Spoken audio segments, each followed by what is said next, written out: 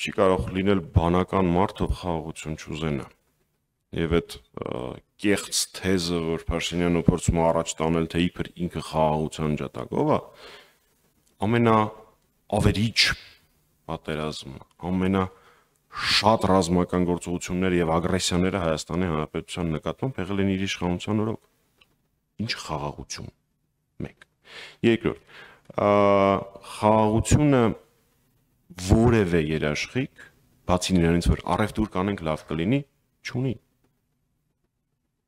Իսկ Ադրբեջանը այն երկիրը չի, որին փորձես զսպել հայտարարություններով կամ առևտրով։ Աշխարհում այս պահին ընթացող ամենամեծ ռազմական կոնֆլիկտը, համ միջազգայինորեն ճանաչված սահմաններ էր առկա, համ խորագույն տնտեսական կապեր էին առկա, երկրներից մեկը մյուսի համար հանդիսանում էր էներգակիրների տրանզիտային երկիր, այսինքն ակնհայտ է, չէ՞, որ Հայաստանի եւ Ադրբեջանի միջև այդպիսի տրանզիտային հարաբերություններ, ինչպիսիք Ռուսաստանի եւ Ուկրաինայի միջև են, քիչ հավանական է, որ տեղի ունենան զուտ աշխարհագրորեն։ Հետո դա երաշխիք եղավ խաղաղություն։ Էլ չեմ ասում, որ կան միջազգային պայմանագրեր, որոնցով երաշխավորման ինստիտուտներ երկու երկրների միջև գործում անվտանգ է։ Անդրադառնալով, Հայաստանի Հանրապետությունը գոյություն չունի։ Եթե Նիկոլ Փաշինյանը շարունակի կառավարության մնալ, Հայաստանի Հանրապետության գոյությունը կասկածի տակ կմնա։ Դա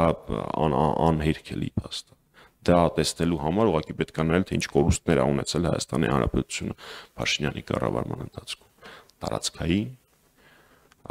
աշխարհաքաղաքական եւ այլն։ Անդրադառնալով նրան, թե ինչ է Հայաստանը տվել կամ Ադրբեջանի որ պահանջներն են կատարվել։ Եկեք միասին փորձենք վերլուծել։ Մենք ոչ մի դեպքում սահմանադրությունը Ադրբեջանի պահանջով չենք փոխելու։ Մենք դա կանենք մեր որոշումով, լավ հեքիաթ է, չէ՞։ Մենք ոչ մի դեպքում միջանցք չենք տալու, բայց փաստացի հիմա բանակցային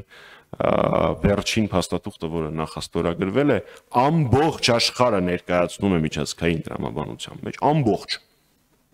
Հասկանում եք, ստորագրումից մի քանի վայրկյան հետո նախագահ Թրամփը օգտագործում է միջանցք բառը։ Հեքիաթները, որ դա անգլերեն բառ է եւ այլն, խնդրում եմ, էլի անգլերենը այնքան հոմանիշներ ունի, որ կարելի է այդտեղ օգտագործել։ Բոլոր փորձագետները, ամերիկյան, եվրոպական, ռուսական, հայկական, բոլորը ասում են միջազգային տրամաբանություն է։ Բացի Փաշինյանից։ Ոչ մի բան չի հիշացնում։ Այդ մարդը կամ միջազգային փաստաթղթեր կարդալ չգիտի, կամ էլ ստում է բոլորիս։ Ես հակված եմ երկրորդ տարբերակի։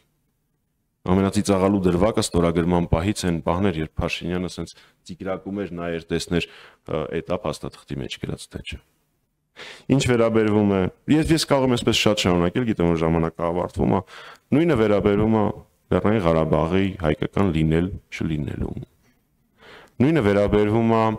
այն կետերին, որոնք իմ գործընկերները ընդդիմադիր